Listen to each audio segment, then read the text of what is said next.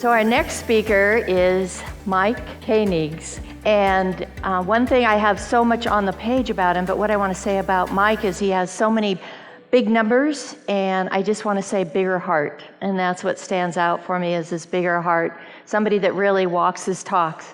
And I also want to say to you that for years, and it was years ago too, just always hearing your name among the people that are the greats and the marketing and all that you do. So I remember the first time seeing you and saying, I am seeing or meeting the Mike Koenigs. So appreciate that, of you being here and with us and sharing with us. So the numbers include being a 13-time #1 best-selling author, Marketer of the Year. I know that you help many other people be bestsellers as well. You have companies have helped over 57,000 customers in 121 countries. So the numbers go on and on. He does have a sizzle reel on his website, and I tell you, it's one of the most impressive ones that I've seen, and also notice that several of you in the room are on it. But it's really impressive and really beautiful. But I know that you've had quite a transformation that you're going to be talking about. But I love what you say about the people you advise too, that who you advise is people you love, and you advise people you love who have businesses you love as well.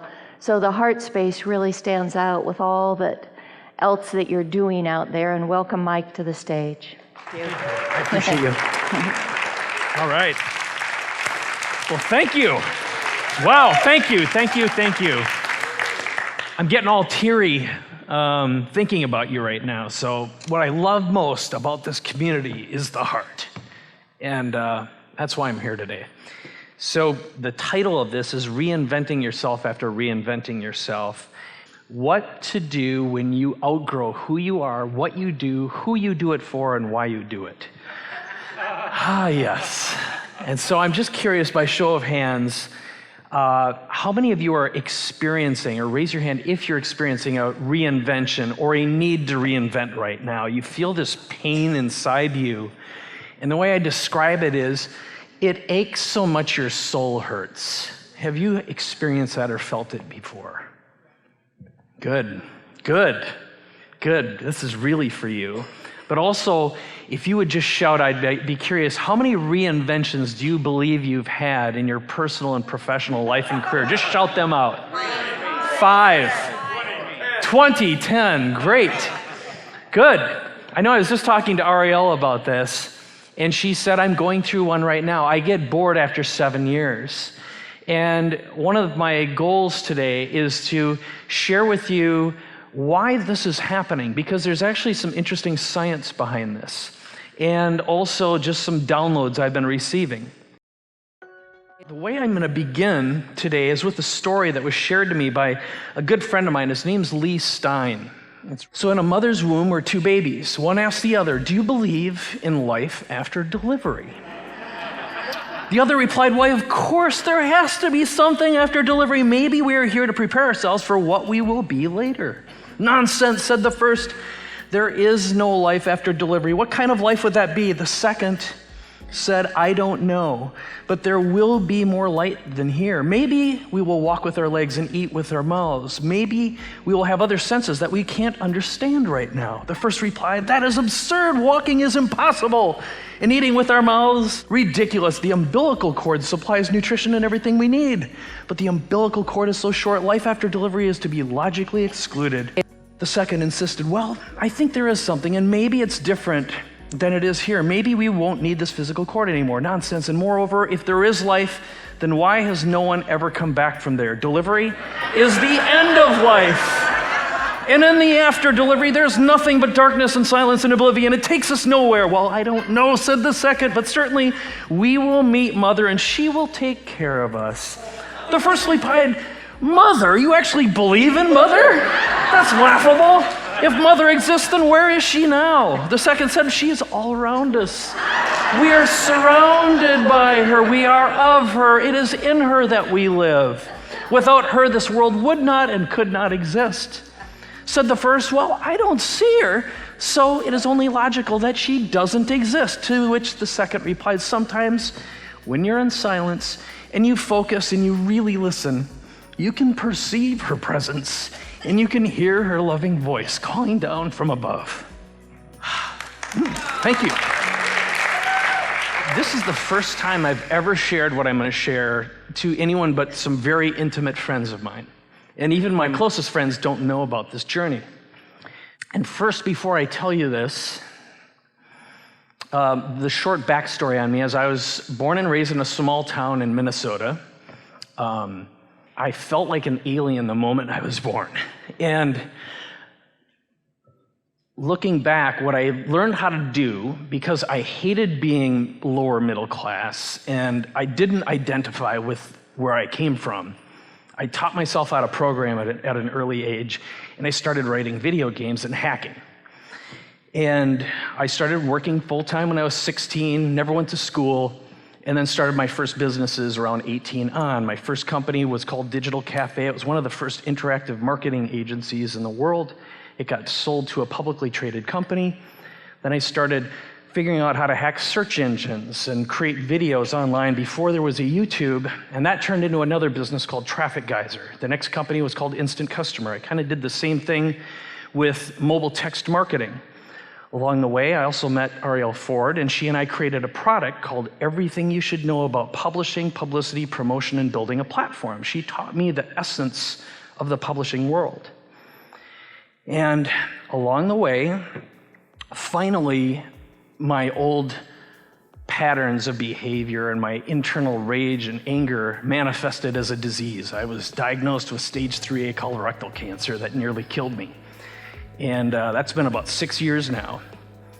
And then I started another business called You Everywhere Now, and what we focused on is helping people write their books and become best-selling authors, how to speak and sell, digitize their wisdom and knowledge, and create information products, and then how to coach, consult, advise. And finally, I media trained a lot of people because I built a studio. JJ Virgin and I produced a lot of products together and created events, and it's been a great ride.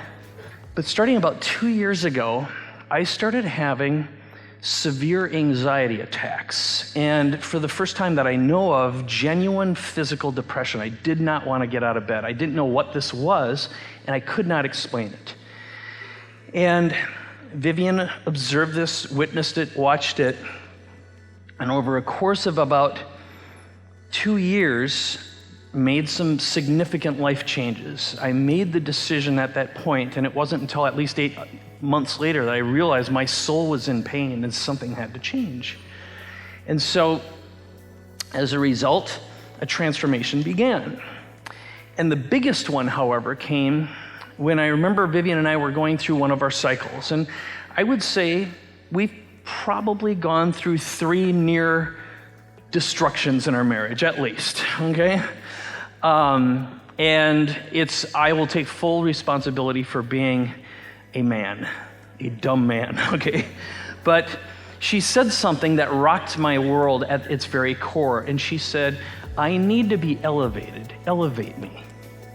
And that rocked me to the core where I realized that I had to break through a membrane, and I started feeling in a different way, becoming very, very sensitive, and I focused all my energy on waking up and elevating her.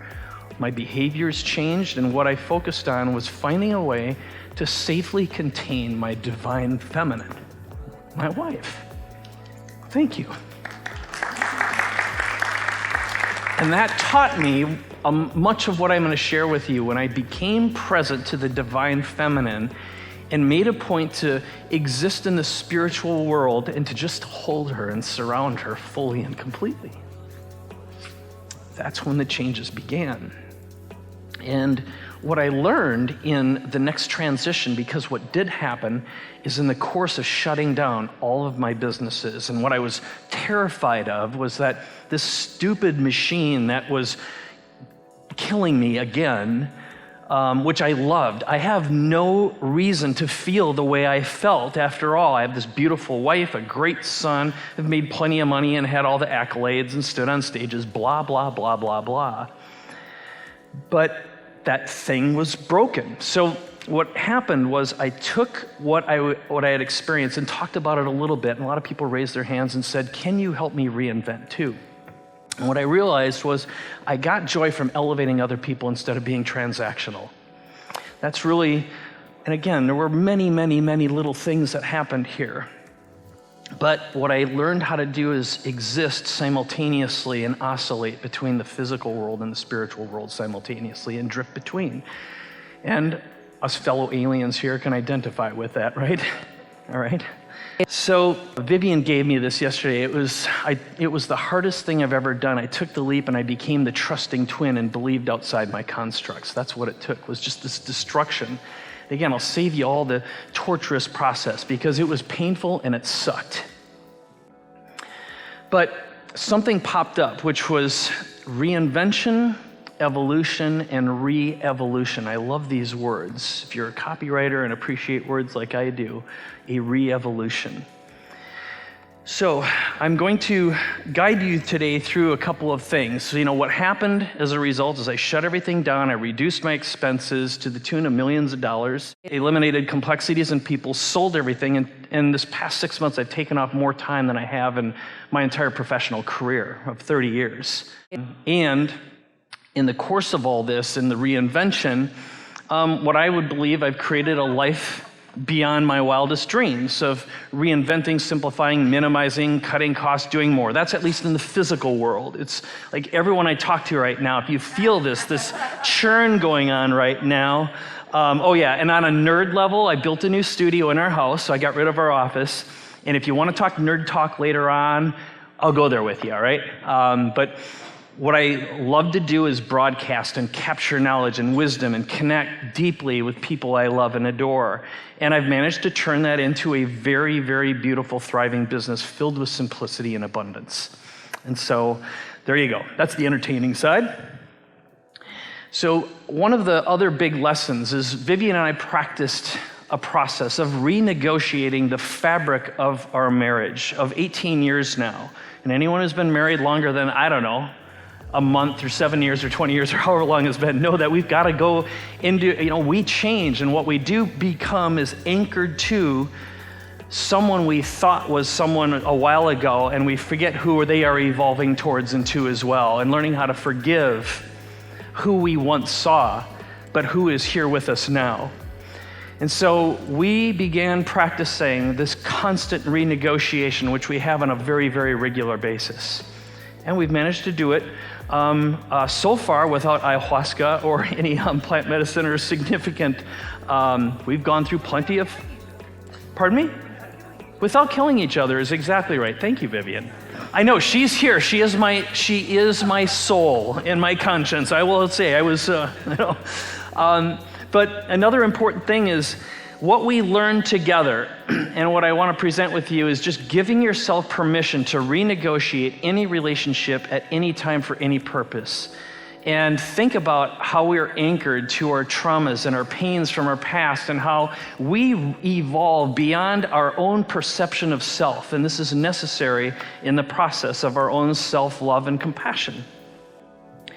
So, a few nuggets for you. Back to left brain fact mode here is my vision today is to talk also about where the future is headed, because I believe we are at a critical moment in human history where everything is shaking, and maybe a little explanation for why that's occurring through my lens. The science of reinvention, because what I've described to you, there's some fascinating science going on right now. Also, confidence and some tools to achieve your dream life. And what I hope is the beginning of a conversation, because we are going to be passing into some conversational moments soon, and hopefully we'll be able to co-create together. So the next big idea, and something I think we all feel right now in this massive transition, as I look at the futurist in the audience here, is our core institutions are being dematerialized, digitized, automated, and rendered obsolete. Most of what we have held dear in the past is already extinct, and we're sitting around rotting corpses in a phantasm of what once was. And they include our government and our political leaders right now. Unconscious, low-frequency orc energy, as I would like to say, all right? And those of the sensitive alien types who can permeate between the spirit realm and the flesh realm know what I'm talking about here. Outside of time and space. Our media, news, and social media at some of its lowest trust points ever, especially if you live inside your own bubble. Education, transportation, teaching STEM as being important right now is less and less important than ever before. It's being rendered obsolete. And banking, money, and Wall Street, what is going on in the world of cryptocurrency is going to shake the foundations of society and government and control. And our healthcare system, as we all know, is basically a gigantic joke. So what does this have to do with this transformation? Well, I'll continue on. So automation, it's expected that in the next few decades, most jobs are going to be automated. 50 to 70% are estimated worldwide, and that's by McKinsey, some of the big think tanks. And cyber wars and hacking, wars are being fought in the unseen and unknown, not by missiles and defense systems any longer. And towns are being held ransom by hackers. And look at what the Russians did with our election and what's expected in the near future again. And speaking of that, with virtual reality or VR, AR, augmented reality, deepfakes and VOCO. And are you familiar with deepfakes, what they are? Raise your hand. If you're not, I'm going to show you a little demonstration here, because what is happening is in a very short period of time, in some cases, I believe by maybe not this election, but the next election, you simply will not be able to tell what is real and what is unreal with our existing senses. So here's a tiny example. If we could have a little audio here, gentlemen. We're entering an era in which our enemies can make it look like anyone is saying anything at any point in time. Jordan Peele created this fake video of President Obama to demonstrate how easy it is to put words in someone else's mouth. Moving forward, we need to be more vigilant with what we trust from the internet. Not everyone bought it, but the technology behind such frauds Here's is what's rapidly... important about this. Right now, there are some tools that Adobe has produced called VOCO. It can listen to a bunch of your audio or anyone's audio, and you can basically use a word processor. It'll start speaking like you almost perfectly, and in a very short period of time, you simply won't be able to differentiate it, which means fake news could be created by artificial intelligence, uploaded with relevant video made by a character with their voices, and in microsecond timing based upon the reaction and feedback, recreate it over and over again to create a movement of disbelief or to destroy someone's reputation. Our ability to discern what is real and unreal is about to be unhinged, forcing a massive evolution and revolution in human consciousness, in my opinion. And what I believe is happening is a massive energetic shift that all of us who are sensitives can feel amongst us, because we are in fact all part of a giant human organism. So what is going on right now is those of us who are higher vibrational can feel the tension that's going on an international basis as the universe is forcing a massive evolution upon us. That's at least the reality I choose to believe. And we are moving towards a singularity and quickening. If you didn't see not too long ago, like within, as of now, 2 weeks or so, Elon Musk talked about Neuralink, the ability to jack into your head, and what we're moving towards is the ability to input data, memories, and consciousness into our brains and out as well. So the idea of being able to step into some sort of a device, experience a life, as long as a perceived lifetime, and step out after having died in there and not know the difference and become someone else really isn't that far away. All right? So what risks might you take if you had that opportunity, you might ask yourself, right? So I believe the universe wants us to renegotiate and evolve both internally in this incarnation, if you choose to call it that, and externally, towards a reinvention, an evolution, and a re-evolution. And I also believe, and it's obvious when you look around us, look at Uber, look at Lyft, when you've got an entire class of people who are taking orders from a smartphone right now who don't even know how to get from point A to point B. It basically stupefies you, turning us into drones if we choose to do so, or you could become immeasurably wealthy with the same tools. But we're transitioning from a doing economy into a being economy, and the opportunity to become super beings in the process, the evolution from human being to super being. And in the super being economy, I believe there are skills that are incredibly important in this as we dematerialize, and they are creativity, innovation, co-creation, leadership, and transformation. And also experiential communities and movements. When you can't trust your eyes and your ears and your five senses anymore, the universe is forcing us to adopt and experience new senses, extrasensory perception, to be able to coexist in the physical and the spiritual plane simultaneously. Doesn't that make sense? So there's science, and look at what's going on with plant medicine. Do you not believe that the network effect of the shifting and changing in consciousness and the time that people are spending in the spiritual realm on the edge of reality is affecting all of us? I happen to believe so. So learning to embrace and love this experience of as we, as many gods, are recreating God in a way, in evolution, we are brightening. We are becoming more godlike. And in the transition, it is painful and it sucks as we shed our skins and the crust of what was falls away and dissolves and we soften. And that's why I believe, again, we're feeling this non-binary, fluid world around us. There's a reason why all this chaos is floating amongst us right now. But also elevated personal branding and influence with a device like a mobile phone being able to broadcast to the entire human race free of charge. So in the past, I was the guy preaching, use social media and make videos and broadcast to the planet. I was in love with the potential, and now I despise the poison of social media and what it has become when the low frequency infestation has occurred.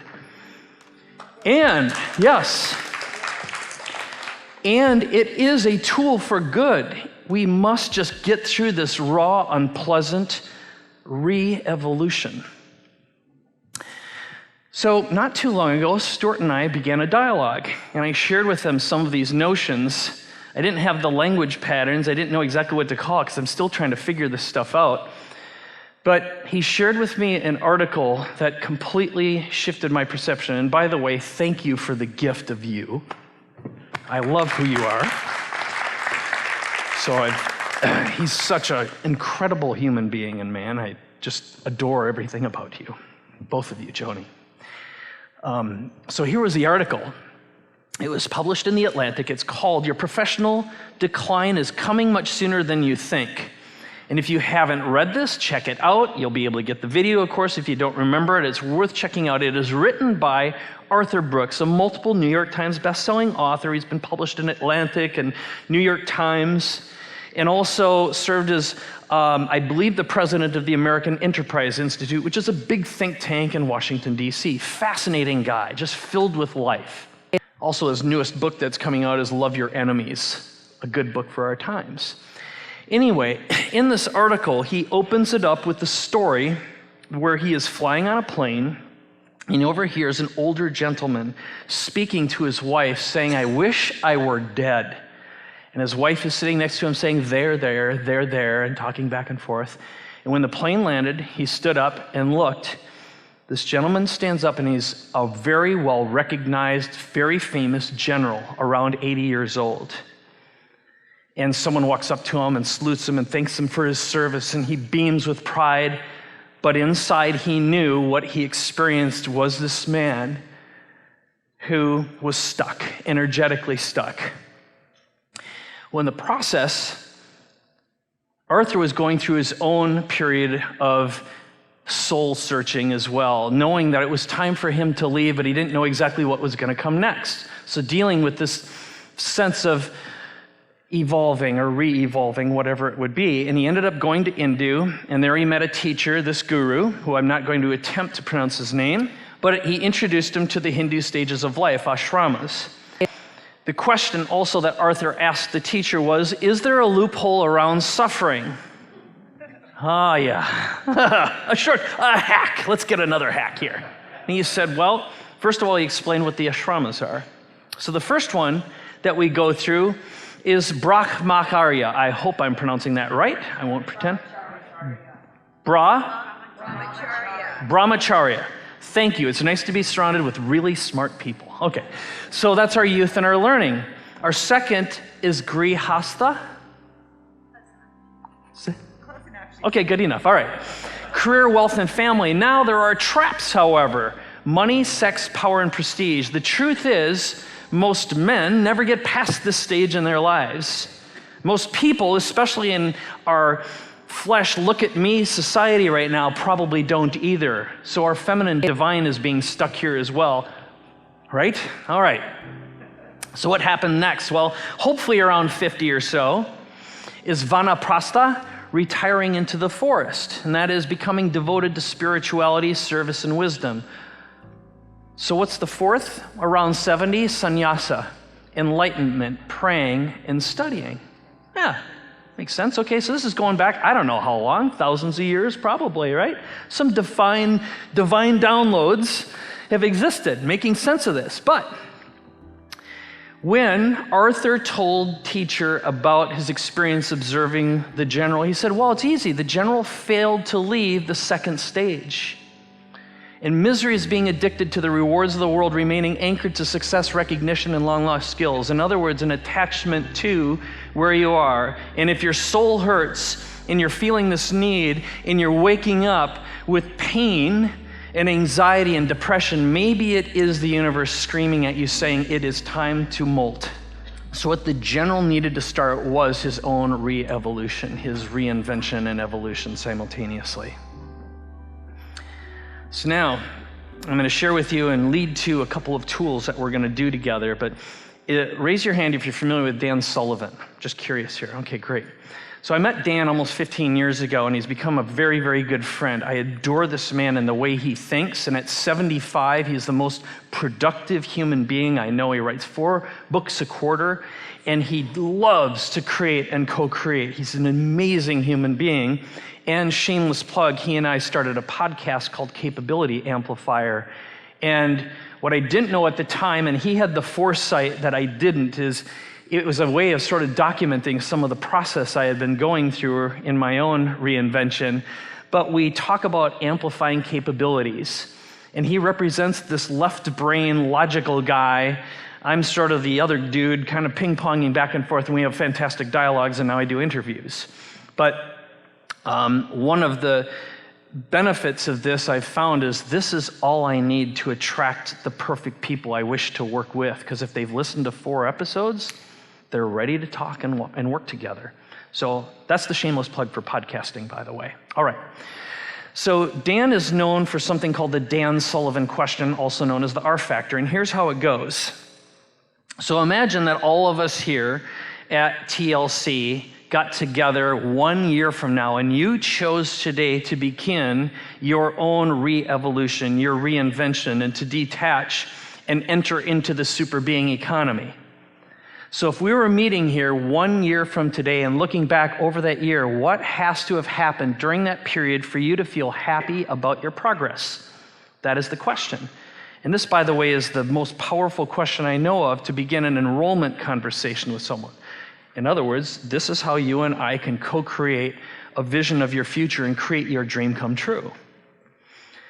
So my objective right now is for all of us to enter into and break into groups of 4 and answer these questions. You'll have 4 minutes each to do this. And the first question is, what do you want for your re-evolution in the super being economy? Or if all you wish to do is simply reinvent yourself, what might that look like a year from now? And then answer the second question, which is, why don't you have it now? What attachments do you have? What traumas are you still associated? What part of you that no longer is true have you not forgiven or given compassion and empathy to that holds you back?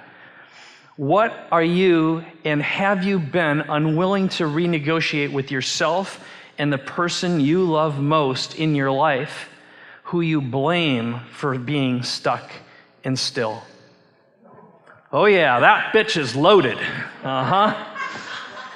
And then here's the happy one, where the gold is, which is what resources, connections, talents, or skills that you have access to that you're not utilizing 100% that you can use to help overcome your obstacles and achieve your re-evolution. The way I look at that is there are people who know you at your spiritual core who have already forgiven you and have deep empathy for you, who want to give you exactly what you need, and they see who you can become. And all you need to do is declare that I am ready, and I am ready to let go. So what are those? So, are you ready to break into 4 and try this out? Let's do it.